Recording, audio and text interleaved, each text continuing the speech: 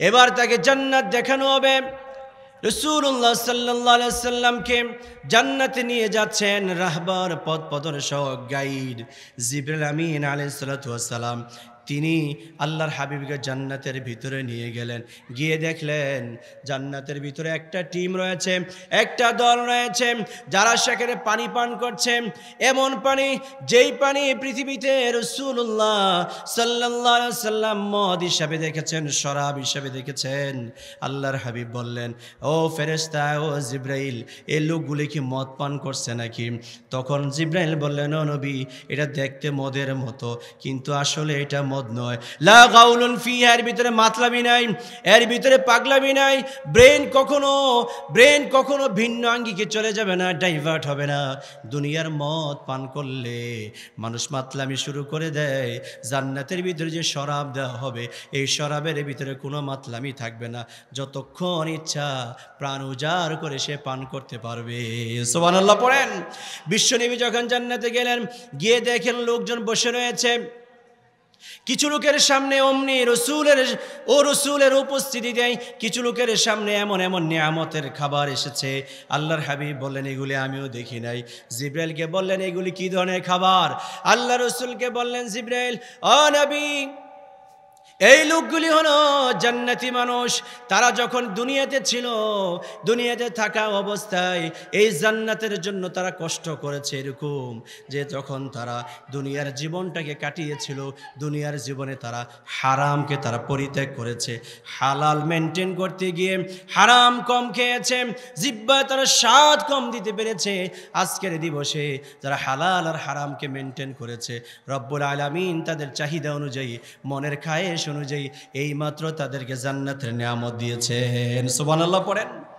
আল্লাহ রাসূল সাল্লাল্লাহু আলাইহি সাল্লাম বলেন, যখন তাদের সামনে এগুলি দেওয়া হলো, আল্লাহর হাবিব বললেন যে এগুলি তো পৃথিবীতে পাওয়া যাবে, এগুলো মানুষ খায় পৃথিবীতে, এখানে দরকার কি? এখানে তো এগুলি দেওয়ার কোনো প্রয়োজন নাই, একই রকম তো দেখতে।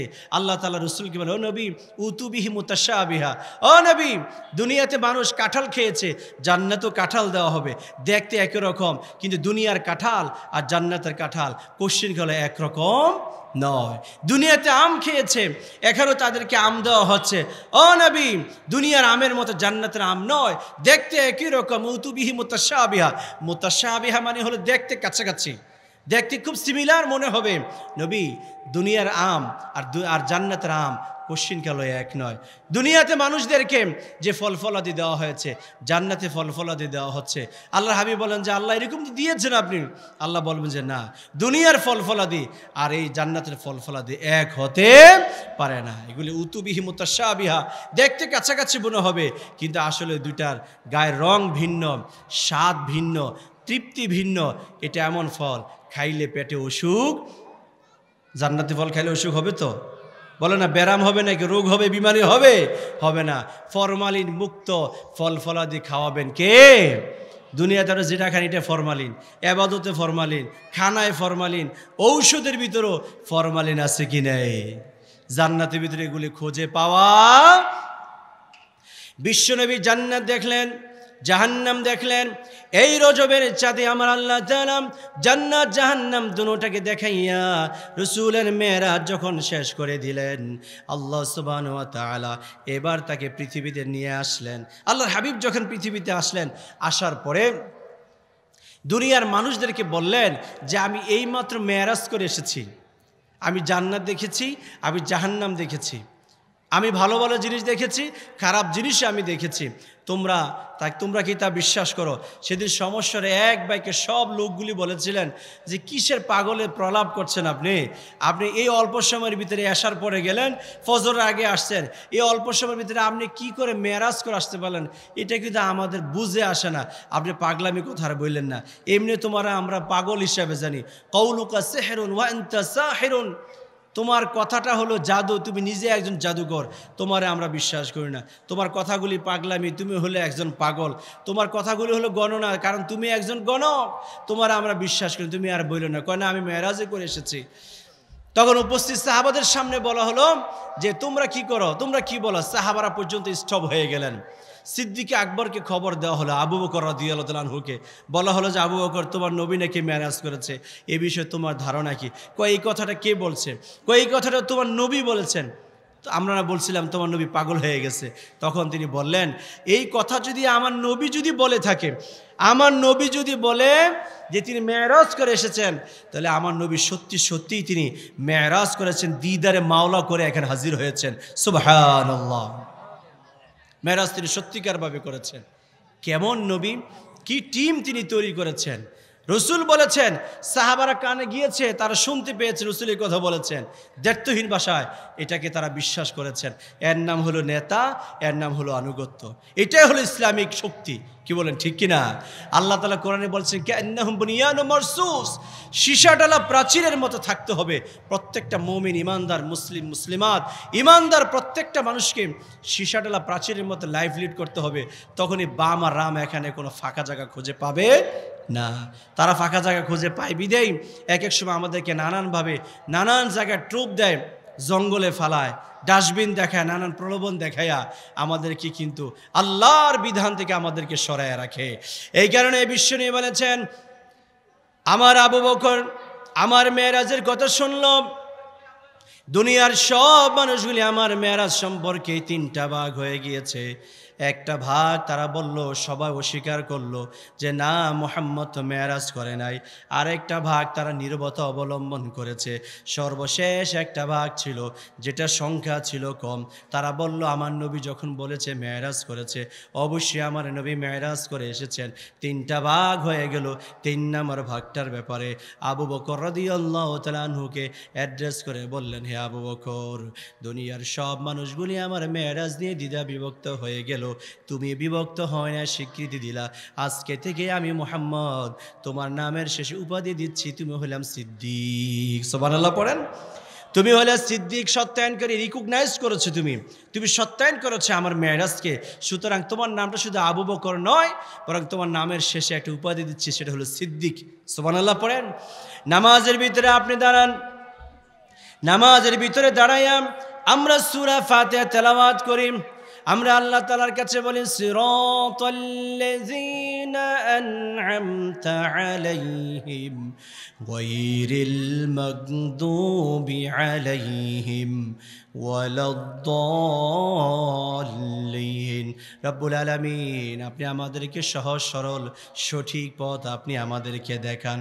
বিশ্বনবীকে বলা হলো, নবী আল্লাহকে একটু জিজ্ঞেস করেন না কোনটা সঠিক পথ, কোন রাস্তাটা সঠিক পথ, কার মতাদর্শ সঠিক মতাদর্শ, কার রাস্তা সঠিক রাস্তা, কাকে ধরলে সঠিক পথ পাওয়া যাবে।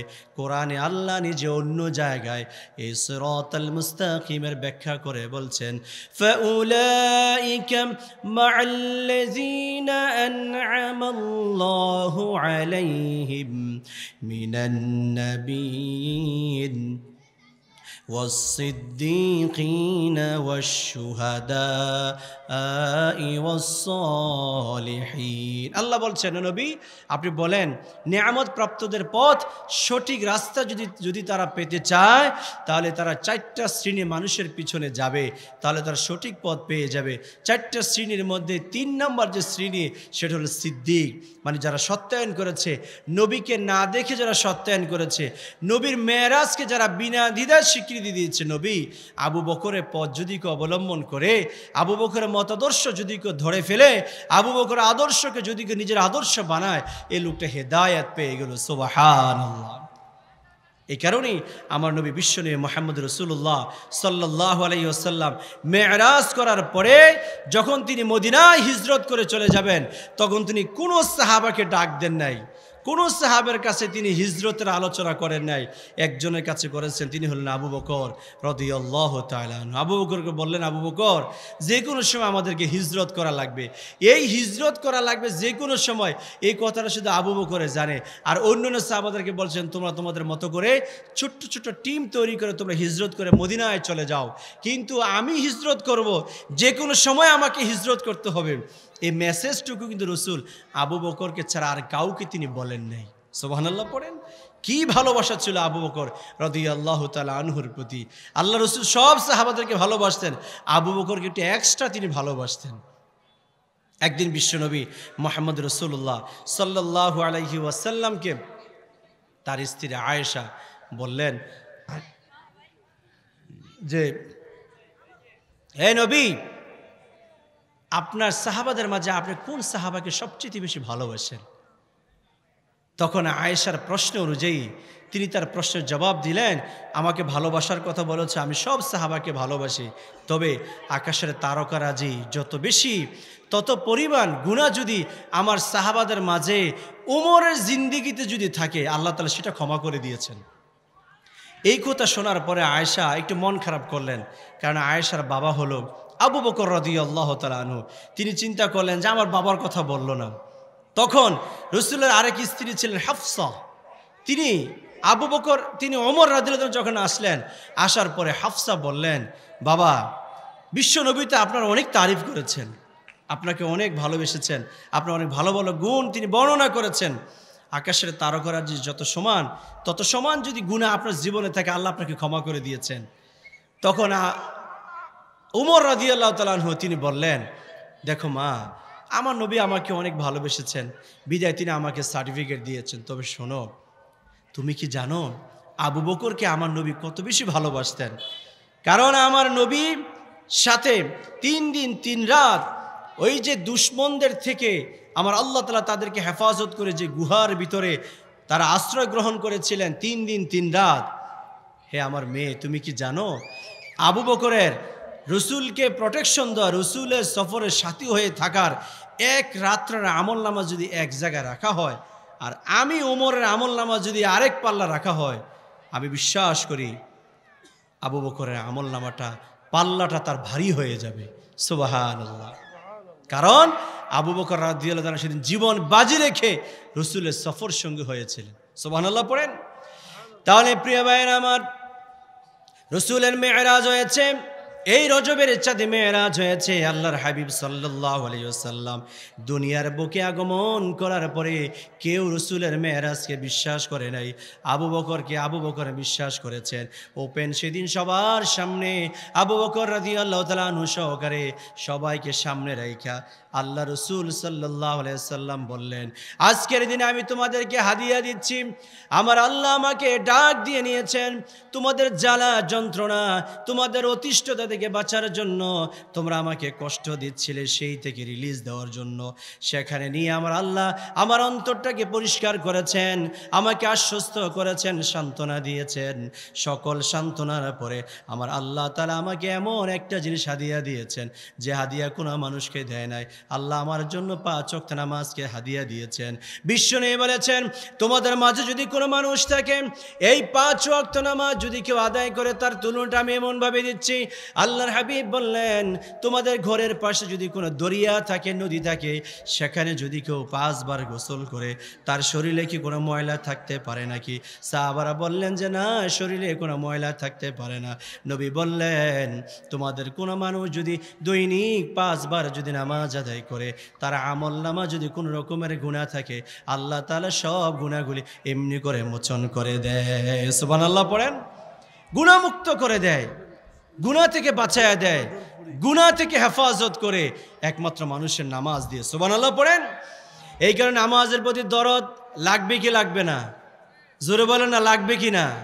কি নামাজের দরদ? ফজরের সময় তো আমরা ঘুমাইয়া থাকি, মসজিদ খালি হয়ে থাকে।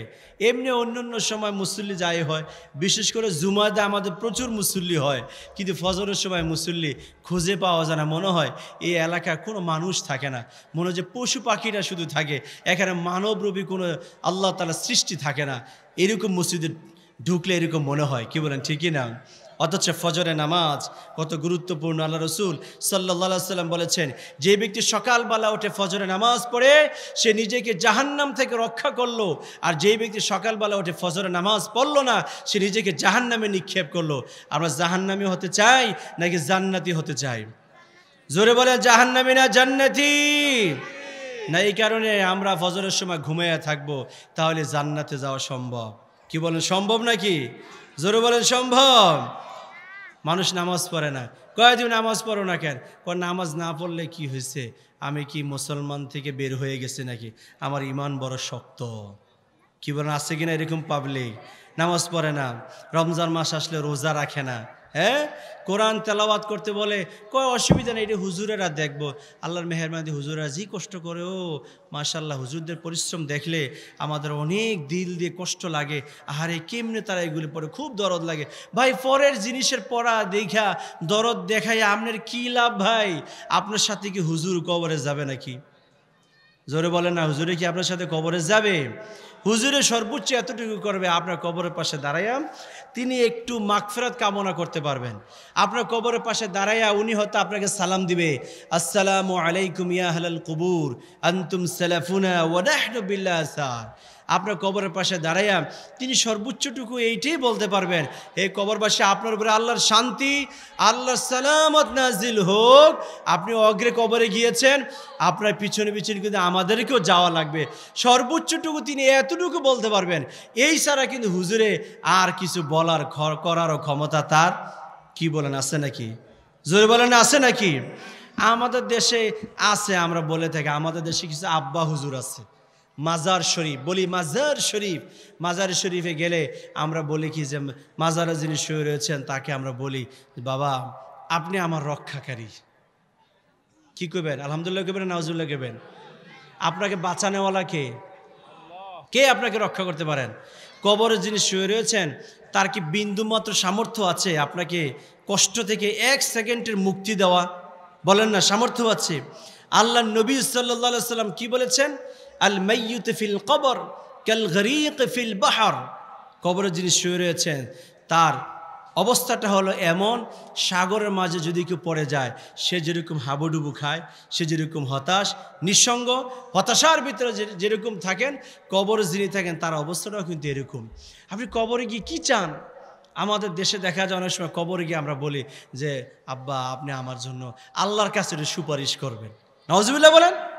সুপারিশ করতে পারেন মুহাম্মদ সাল্লাল্লাহু, আমাদের নবীজি ছাড়া আর কারো কোনো সুপারিশ করার ক্ষমতা আছে? তো জোরে বলেন না, কেউ ক্ষমতা করতে পারে? কেউ সুপারিশ করতে পারবেন? কেউ সুপারিশ করতে পারবেন না। আল্লাহ তাআলার পরে বিশ্বনবীকে আল্লাহ তাআলা সুপারিশ করার ক্ষমতা দিবেন, তিনিই শুধু সুপারিশ করতে পারেন। হ্যাঁ, আপনি আলেমকে মহাব্বত করবেন, আল্লাহর ওলিকে ভালোবাসবেন, যারা পীর, হক্কানি পীর, যারা কামেল ইমানদার পীর, যারা আল্লাহকে যারা ভালোবাসেন, হাদিয়া তোফার জন্য নয়, দুনিয়া লিপসার জন্য নয়, আল্লাহকে প্রকৃতপক্ষে যারা ভালোবাসেন, নিঃস্বার্থভাবে যারা লোকদেরকে দ্বীনের দিকে আহ্বান করেন, এদেরকে আপনি ভালোবাসা দিতে পারেন। এই ভালোবাসাটা রাসূল বলেছেন, আল মারউ মা'a মান আহাব্বা। এই ভালোবাসার মানুষগুলি সাথে করে আপনি কিন্তু কিয়ামতের মাঠে একসাথে আপনি থাকবেন। আল্লাহ কবুল করে, সবাই পড়ি আমিন।